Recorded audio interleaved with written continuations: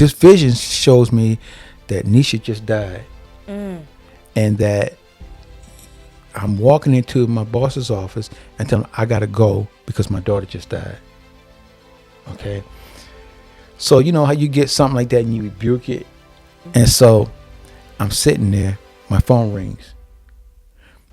It's her grandmother, and she says, "Dennis, Nisha just died. I'm going to walk in this room, and I'm going to see this person that I love with no life in them. And when I do, I don't know if I'm going to break down or what I'm going to do." I said, "God, what do I do? I've never been in this situation before." God.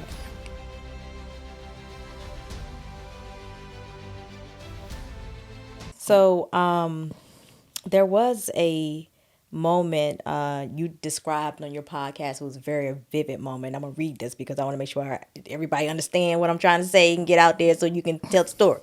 So when Nisha passed, you went to view her body after she passed. You said you didn't know how you would respond, but when you walked in, the spirit of gratitude came over you. And instead of focusing on what you lost, you began praising God for the 33 years He trusted you to care for His angel. Can you take us back to that moment? Yeah, wow. That was beautifully said too on the podcast. I was Thank like, you. wow. Yeah, I was afraid. You know, there are moments that fear hits you, and because it's that unknown. Yes. And as the head of the household, you know, your kids always look at you, yes, as the dad, to be the strong person. And so it's like, I'm going to walk in this room, and I'm going to see this person that I love with no life in them. And when I do, I don't know if I'm going to break down or what I'm going to do. Yeah. And so when I walked in and I looked and I saw her, I'm like, God, I get it. Now I'm going to back up a little bit. Okay. We were in the hospital, and this is probably about 2 months before Nisha passed. And we were in that last episode dealing with the lupus thing, and she had, they were weaning her off of the steroids. Okay. And when she started doing that, it was like a fog in her head. You know, she really wasn't seeing things. And so when I walked into the room, Nisha was looking up towards the sky, up there at the ceiling, like, yeah, God, yeah, I get it. And so the little nurse said, "Miss Williams, your father and your daughter's here." And she said, "I'm talking to God." And she said, "Go ahead, God, blah, blah, blah." She said, "But Miss Williams, can I, your father and your daughter's here?" She said, "I know I'm talking to God." And so then the lady said, "Well, can I interrupt?" And Nisha said, "Girl, what did I just tell you? You want to go to hell?" You know, like that, you know. Like, you don't realize who I'm talking Yeah, to? you don't realize who I'm talking to? So she said, "But Miss Williams," she said, "one more time, you going to hell, girl." And so the girl interrupted one time. She said, "The hell with you, girl. The hell with you," right? And so, but she said, "Dad, you come take me home." Because we made a promise. I made a promise to her that if you go to the hospital this time, you know, if you want to go, I'll bring you out. Yeah. Okay. And so she was like, "You promised me." Yeah. And I had to break my promise because I was scared. Yes. Because, you know, like she was having a reaction from this here. I didn't want to take her out Yeah. with under them terms like that. And she said, "But you promised me." She said, "I can't trust you because you don't keep your word. I can't trust you," like that. And so she said, next thing you know, she got calm. She said, I'm okay, God. I'm okay. I got this." Yeah. No. But God, why can't he see it? Why can't he see it? Yeah. Like that, right? And so when I walked in that room, I saw it. Because she was like, "Why can't he see?" That's what she said. "Why can't he see how special I am?" Yeah. And so when I walked in that room, I immediately saw it.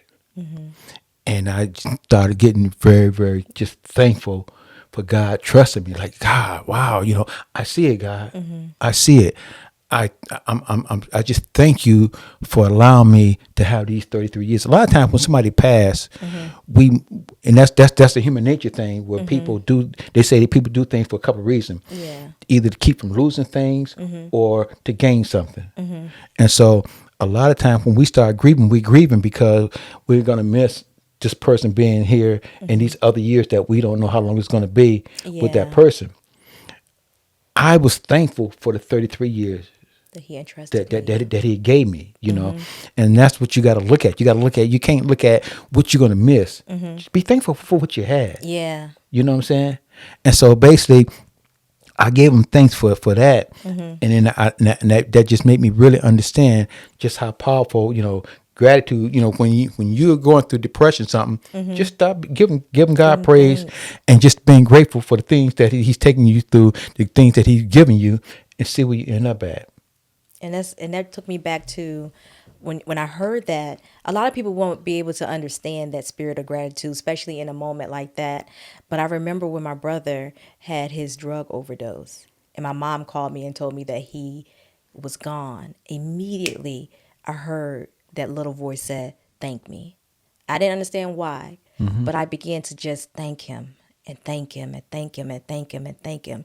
And then all of a sudden, the phone rung and my mom called and said, "He's alive. He's alive." And so I continued to thank him after I got off the phone with my mom. But then I got up and I decided that I was going to go get my things together so I could get to the hospital. And as soon as I stopped giving him thanks, she called. "He's gone again." And I heard the voice said, "I told you to thank me. Now thank me." And I started to give him thanks over and over and over and over again. And phone call came again. "He's alive." I thanked God and praised him from the ride, from all 45-minute ride. Didn't stop until I got to that hospital.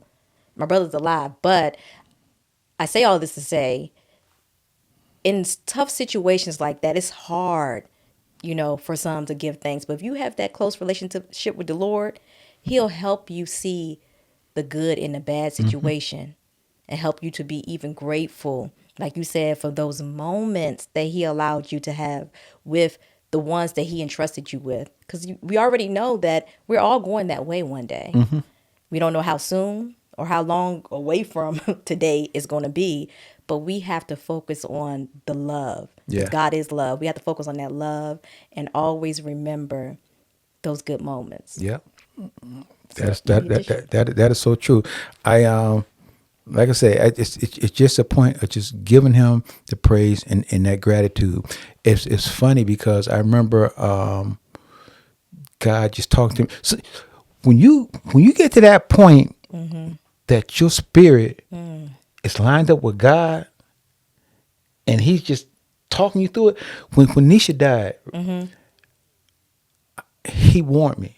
All right. I was at work. that part, he'll warn you, prepare you. Yeah, prepare me, right? Yeah. So I was at work.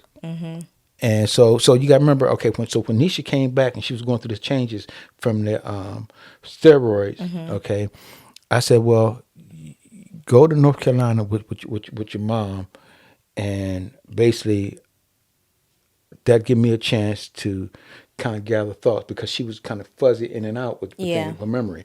So she went down there, and she was there with her brother, her brother and anything that's here, and you got to remember, Nisha couldn't walk.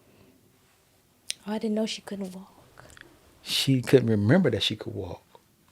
Okay. Okay, and so basically, Nisha had gotten to the point where, in her mind, she couldn't walk, and so I had to help her walk around. Okay. But when she went there, then all of a sudden one day, Nisha got mad at me because I we had her mother was trying to give her a bath, and Nisha was. I said, I got to come in there and help you get up. Come on. And I said, Nisha, you're not trying. And she said, get off me then, and pushed me what I just said, right? So she gets mad at me and walk her little naked butt. She walks her little naked butt Oh my gosh. out of the bathroom, Yeah. right, Uh-huh. and into the room and sits on the bed. Mm-hmm. And she says, you know, you get on my nerve because you always got to have things your way, blah, blah, blah, blah, blah. And so I said, I'm sacrificing all this stuff to make sure you're okay. Mm-hmm. She said, you in the room? I said, I'm in the room on the computer checking to make sure that I'm not giving you the wrong drugs at the wrong time. Mm-hmm. She said, I didn't know that. And so then I said, yeah. I said, you walked up out of here. She said, I didn't walk. She didn't realize it. I said, Nisha, you just walked out of that room. She said, I didn't walk. I can't walk. And her mother said, yeah, you just walked. She said, I walked out of there? So yeah, you walked out of there. You walked in here. Mm-hmm. And so it ended up getting to a point where she went to North Carolina because Yeah. I was running out of leave. So Yeah. basically she was going to spend that. Her mother said, well, can she come spend Thanksgiving with me? Mm-hmm. So her brother was down there. So I said, okay, we'll go down that way. Mm-hmm. So she ended up going to North Carolina. She started walking again. Mm-hmm. Matter of fact, right after I left, she got up, she walked over to her brother's spot and started talking to him. Mm-hmm. And they had their time to talk back and forth. So her cousins came and got her and took her back to North Carolina. I mean, back to Georgia. So they're saying when they looked in the rearview mirror, when the sign said, welcome to Georgia, she said she had this big old smile on her face, right? And so when we went, so she went down there. So the next day, what's the next day? Maybe the day after, her cousin called me up and said, Uncle Dennis, I hope you ain't mad at us for going to get Nisha. I said, no, I'm not mad at her. I said, I'll come down to get her when it's time for her next hospital appointment, which is like next week. Mm-hmm. She said, okay. She said she's doing well and everything this here. And and so basically I didn't want you to be mad at us. I said, no, I'm not mad. So she hung up. I'm at work. She hung up. About 10 minutes later, her grandmother called me up. Mm-hmm. I said, Dennis, did Janice, her mother, did she call you and tell you that they had to call an ambulance to rush Nisha to the hospital? Oh, wow. And I said, no. I said, I hope they got enough sense to call me up to let me know so that I can come down there and bring her, get her records and stuff caught up. I'm thinking, I'm just going through another routine, Yeah. with her going to the hospital. So I go to lunch. I'm sitting down with a friend of mine, and in my mind, I'm talking to her to Nyla's father. Yeah. On the phone, and we're talking about plans, like with Nyla, mm-hmm. Like while Nisha's getting in this recovery mode, and so this vision shows me that Nisha just died. Mm. Oh my God. That Nisha just died. Yes. And that I'm walking into my boss's office and telling him I gotta go because my daughter just died. Okay. So you know how you get something like that and you rebuke it. Yes. Like that's a negative thought. I'm rebuking this Yeah. thought, right? Mm-hmm. And so I'm sitting there. My phone rings. It's her grandmother. And she says, Dennis, Nisha just died. Oh, my God. And I said, what did you say? She's crying. She said, Nisha's dead. I said, let me call you back. I get off the phone. The guy looks at me, said, what's up? I said, my daughter just died. He said, wait. What did you just say? Mm-hmm. I said, I gotta go. I said, my daughter just died. So he's trying to figure he's trying to process it. Yeah, he's trying to process this right here. So I called Tyrell up. I said, hey, Nisha just died. So he busts out crying. I said, I gotta go. I get off the phone. So I called Cheryl up. Nisha just died. Mm-hmm. Right. So I got off the phone. I walk into the office to my boss.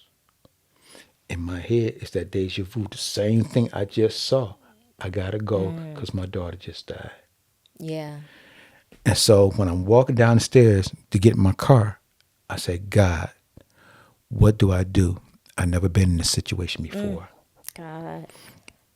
And he would say, on all that way, acknowledge him, and he should direct the path. Mm-hmm.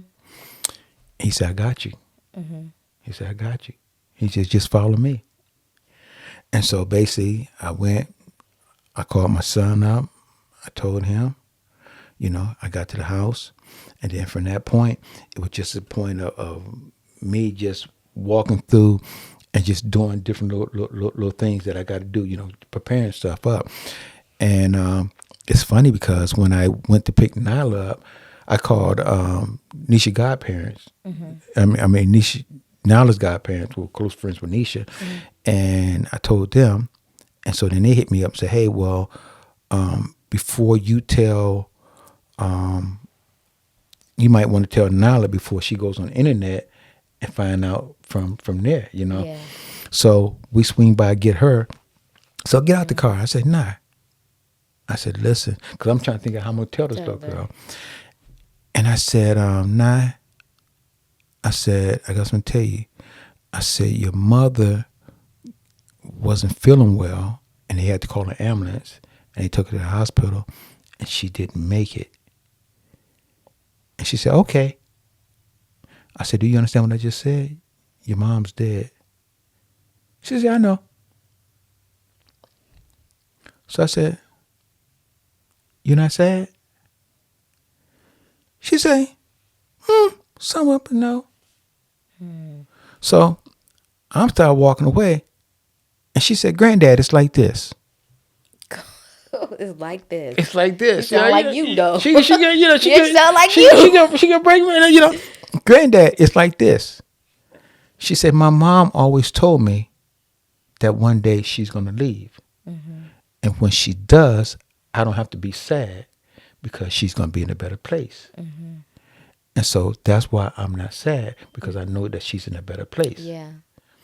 You know, and I never realized how she was preparing her all this time, you know, but then she prepared her for that right there. And so, you know, it was like, okay, I guess I get it. And so the whole time, and so then another day we were walking, and I said, "Well, how you doing, Granddad?" I said, "I had my mom go out, you know, I cry here and there. What about you? You cry yet?" She said, "No, I did my crying when she was living." And she didn't break down and cry until Mother's Day. Mother's Day, that's when it busted out on her. Okay. You know, yeah. But and then the first cry that I really had, I was at home, and for some reason it hit me, and I balled up like a little baby and just cried, and I didn't know what to do, so I wrote on Facebook, you know, at this point, you know, it's really hitting me, and you know, I'm really feeling it. And I guess at that time my phone rang, and you know who it was? Was it my mom? It was Nyla. Oh, not look. I was like, I said my mom because she said she had called you one time, so Oh, I was yeah. trying to figure out if that was okay. Go No, ahead. it was Nyla. But you see how God It works. was Nyla, and you know the first thing I thought about, right? When Anisha said that when I want to Yeah. have this baby girl, so when I die, when you're Yeah. sad, she'll be here to comfort you. Yeah. Yeah. Yeah. See how God. Yeah, yeah. And then the other thing about it was the fact was that, so now we're on our way to Georgia to get Nisha to do stuff with Nisha's stuff, because I didn't know where her stuff was, right? So we doing here. So my son and I riding. We riding down the road. We're both crying because we're talking about the experience. Yeah. And so he's feeling bad because he and Nisha wasn't on good terms when she passed. Because he was trying to get her to take her medicine, and she didn't want to take her medicine. She and I were on bad terms because I was trying to get her to take her medicine, and she wouldn't take her medicines. Okay? And so, you know, we kind of like knew, hey, you know, you need to take your medicine, blah, blah, blah. She don't need that. It's going on. So I said, "God, I don't get this." And it's like this big revelation came through, right? Oh God. And he said, "Listen."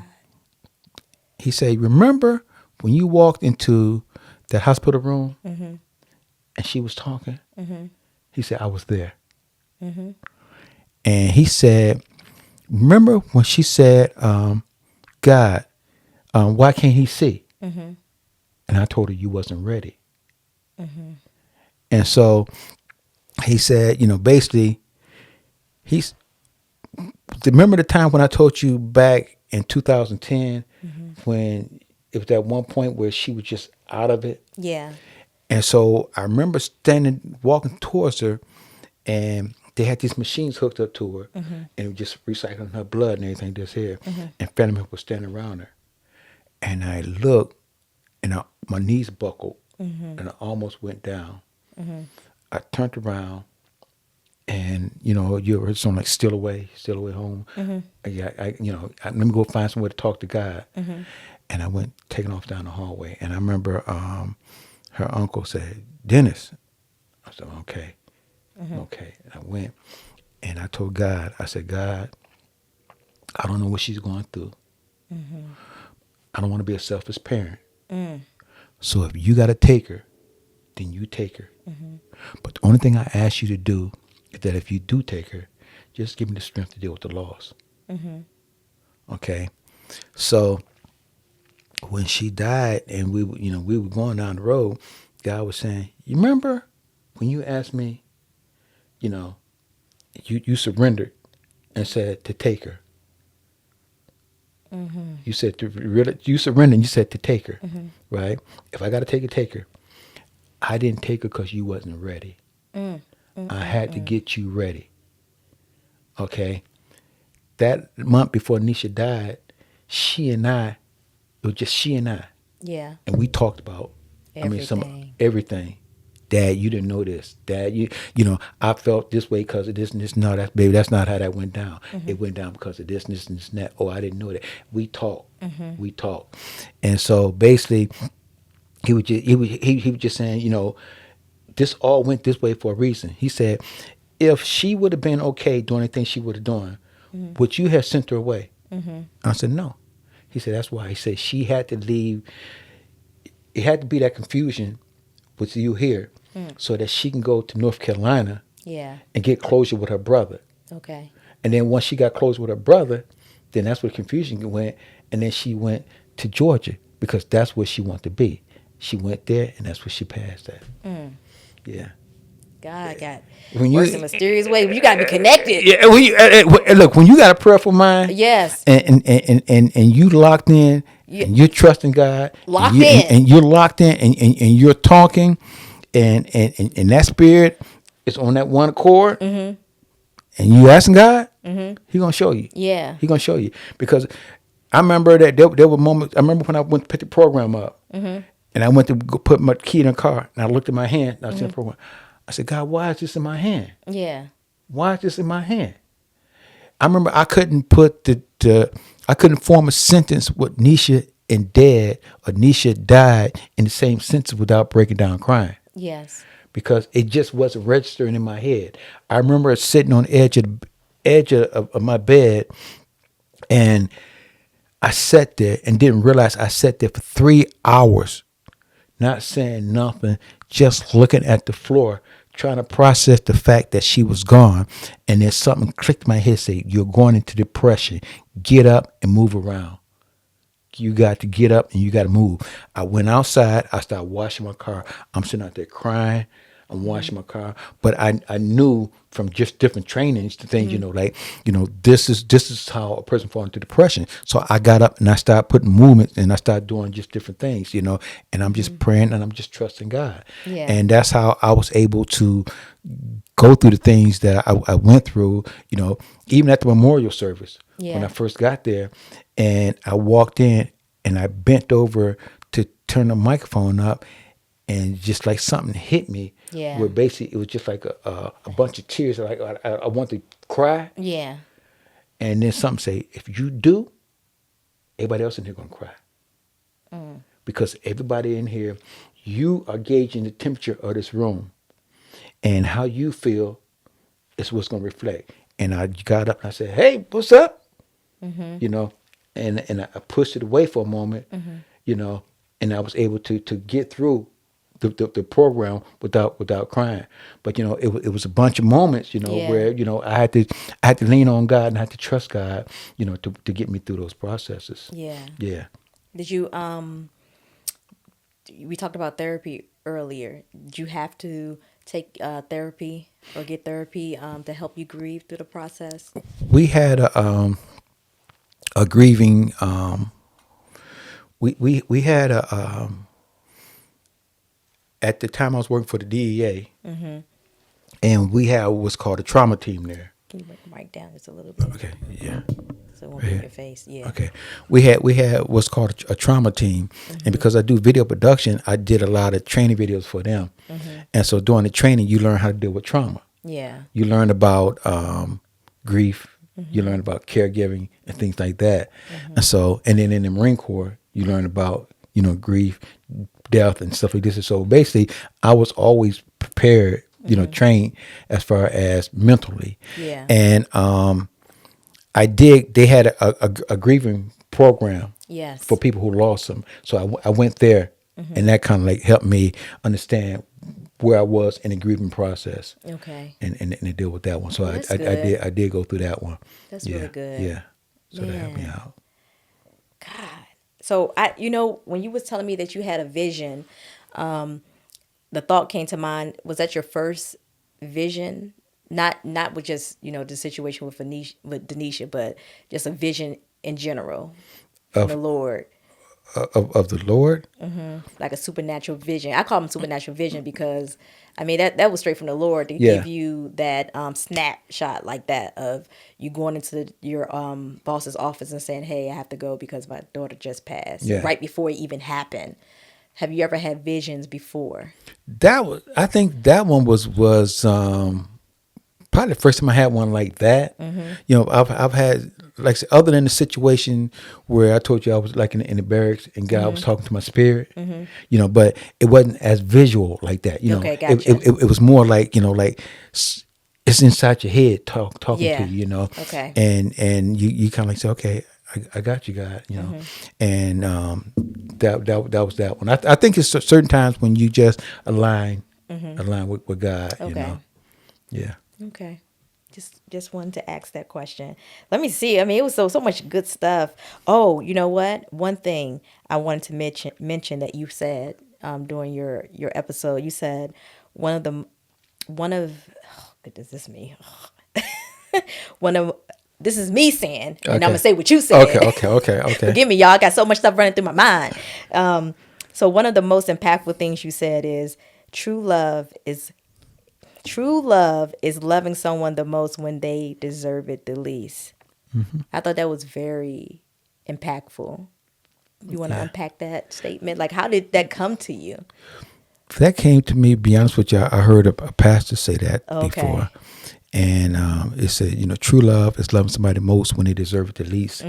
Sometimes as a parent, you can have a child that can do something totally wrong, whether it's getting on drugs, Yeah. whether it's committing a crime or whatever, right? And in the midst, even though that you're mad at them, you still got to love them. Yeah. And so basically, you ever heard love the sinner, hate the sin? Yeah.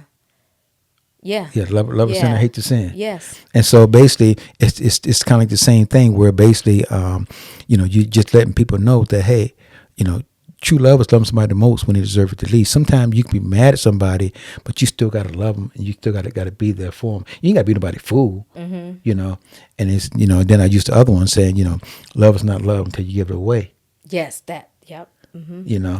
And so, a lot of people say, I love you, but love is a verb, Yeah. And so, you okay, you love me, but I never seen it, Yeah. I never seen no action. How many kids, their parent never really told them I love you. Parents never hugged them. The kid gone and I love them, but you never told them, you never showed them. You never showed them. Yeah, and That's so good. yeah. I love when you had said that. Ooh, I think we skipped so far ahead, but that's okay.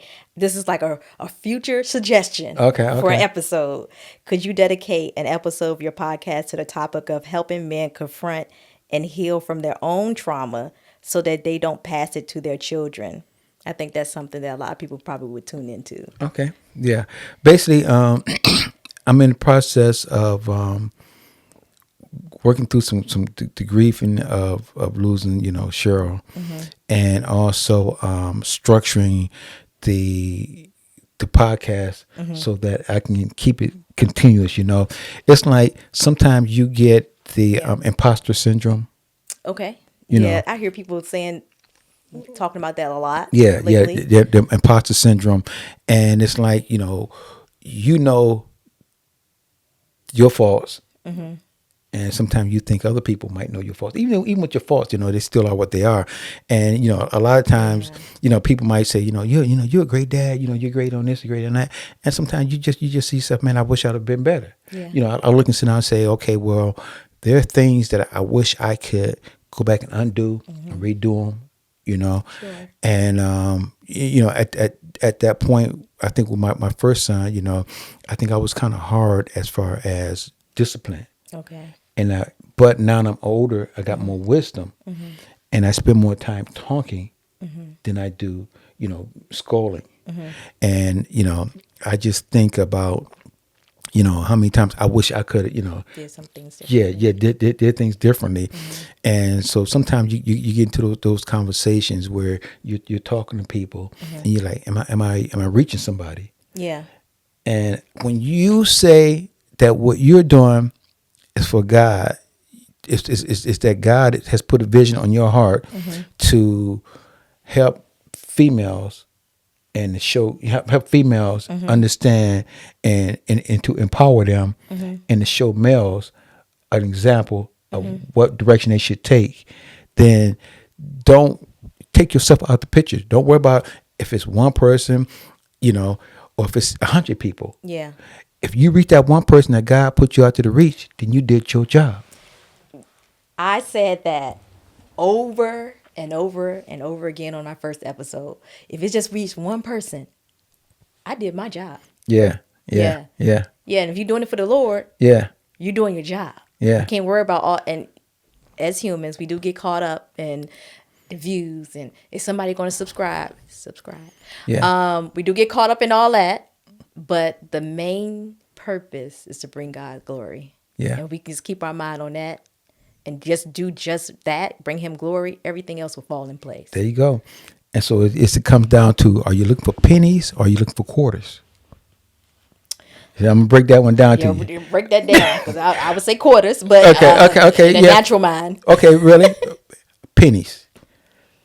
How many pennies does it take to make $1? 100. 100, right? So would you rather have 100 followers or 100 friends or 4 good friends that you can count on whenever you need them? Because 1 quarter is a whole lot more valuable. Yes. You know what I'm saying? Than all them little pennies and stuff. Yeah. And so it's like, okay, for me, give me 4 good friends in my circle. I'm not caught all up into, like I need a whole bunch of followers. No, give me 4. Yeah. Give me 4 That's true. good friends that has good values and good morals and stuff like that, and let that be what it's gonna be at. So I'd rather take this, and put it out. Just give me, 1 or 2 people that's gonna hear it. It's going to respond to it. It's going to change their life. Yeah. Then to give me 100 people that hear it and just keep on doing what they're doing. So to wrap up the episode, y'all, of course, I got one question for you, and I want you to look into your camera, and I want you to answer it because it's for that person out there who may be going through or went through a similar situation as yours. And the question is, if you could sit with another parent who is grieving the loss of a child, what would you want them to know? Good question. Or how you can encourage them? My encouragement would be to trust God. That's number one. And we'll say God giveth, God taketh away. And that instead of looking at what you lost, looking at what you were blessed with. Because there's a lot of people that want to have kids that can't. And there's a lot of good memories. The thing I always say is that people most people never understand the true value of a moment until it becomes a memory. You don't understand the value of a moment until it becomes a memory. That's a shirt. And so basically, when you got your person with you, make as many memories as you can. That way, when they're gone, you can reflect back on those memories. For Nisha, I got 33 years of memories. When you look at these here, these are memories. These pictures are memories. And that's how they're going to leave. You can get the money from insurance and all this other kind of stuff, but that'll buy you things. But these are the memories and those are the moments that's going to mean the most to you. And so basically, don't focus on what you're going to lose. Focus on what you had and be thankful for that. Just be grateful. And I think that'll get you through it. So, parents out there, if you lost a loved one or anyone who has lost a loved one, we are praying for you and asking God to comfort you in your current state. As always, be armed with your testimony and thank you for joining us. We'll see you next time for episode 5. Can y'all believe it? 5. We'll see y'all. Bye.